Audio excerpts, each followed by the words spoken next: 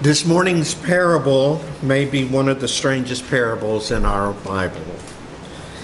It leaves us with more questions than answers, not the least of which is why in the world is a dishonest money manager praised by Jesus as some sort of hero in the verses that follow the parable? The story begins with a wealthy landowner whose manager is accused of squandering the landowner's resources.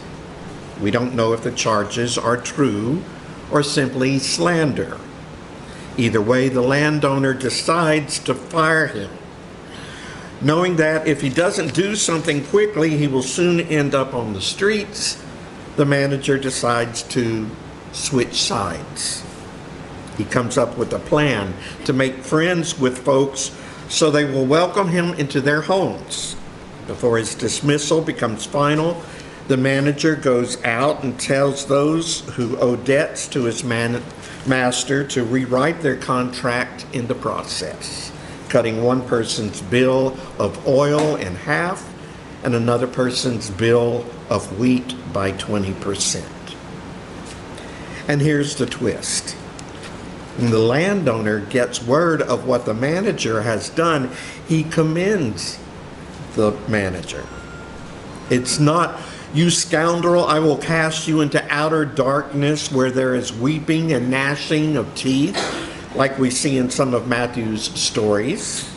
It's more like, "Wow, that was clever." Why would Jesus tell a story in which a dishonest man is lifted up as an example? The parable refuses to fit into our neat categories of good and bad, and maybe that's the point. The story is less about morality and more about disrupting the way power, money, and debt work in the world.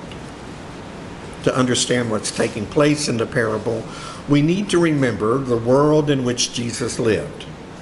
In first century Palestine, land and wealth were concentrated in the hands of a small elite.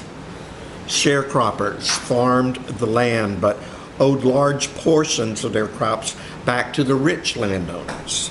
And often what they owed included interest, extremely high interest that left them buried in debt. And as so often happens in cases like this, the rich continue to get richer while the poor get poorer.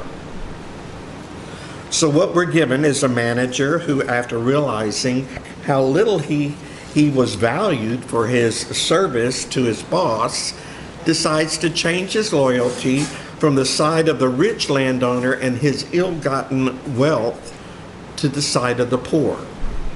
The manager sees the broken system and chooses to use wealth for the sake of the poor. And as it turns out, it's a win-win situation.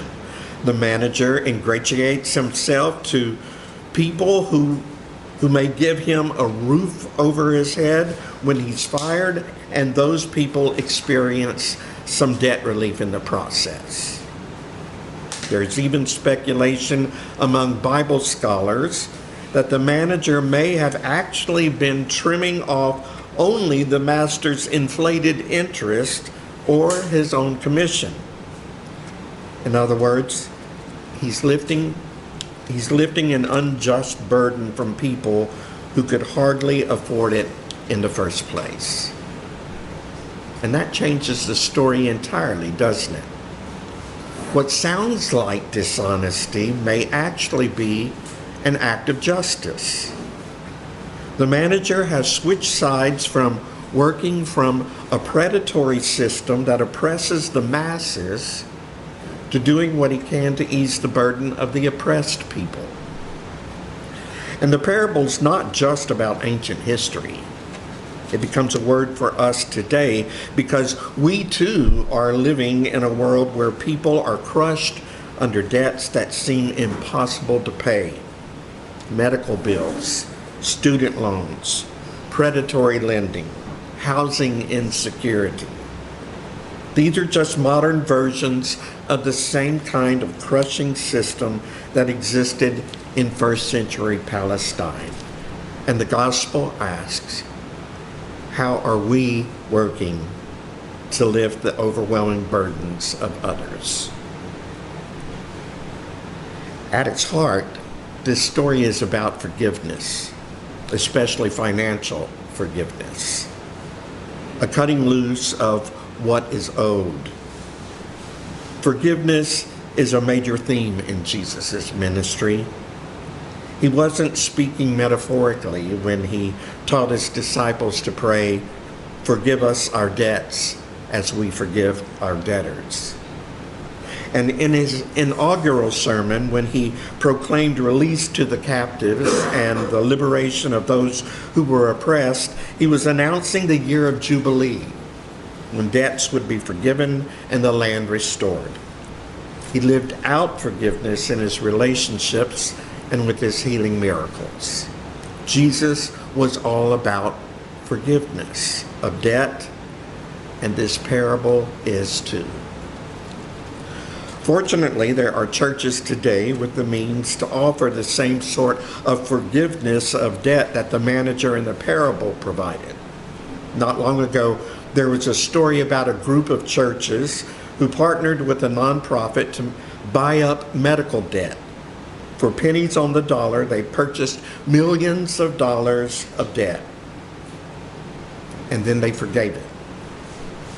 Families who had been hounded by collection agencies suddenly received a letter saying, "Your debt has been erased. You owe nothing." That's the kind of thing Jesus is pointing us toward. That's the kind of freedom God desires for all people.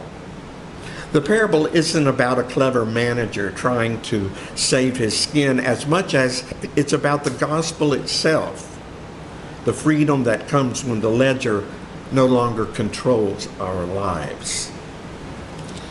Our church may not be able to raise the funds required to erase the debts of people, but we can ease the burden in other ways. In fact, we do it with our own outdoor pantry and our food and hygiene pantry that serves people living with HIV. Each act of generosity is a way of switching sides, choosing to serve people instead of systems that exploit them. In this way and in others that we have yet to imagine, Jesus is calling us to be more like the manager. He's calling us to disrupt the machinery of the systems and institutions that serve the rich and oppress the poor. He's calling us to risk looking foolish in the eyes of the world when we are more concerned about people than profit. He's calling us to take resources that could be hoarded and let them flow toward life, justice, and healing. In the end, the parable gives us a glimpse of God's upside-down economy. An economy in which debts are forgiven, one where the poor are lifted up, where burdens are eased, and where relationships matter more than ledgers. And the surprising good news is this: God can use even flawed, imperfect, desperate people. People like this manager and people like us to reveal that kingdom. So let's go out with courage. Let's use what we have to lighten the load of others. Let's disrupt systems that exploit and instead build communities of freedom and grace. Amen.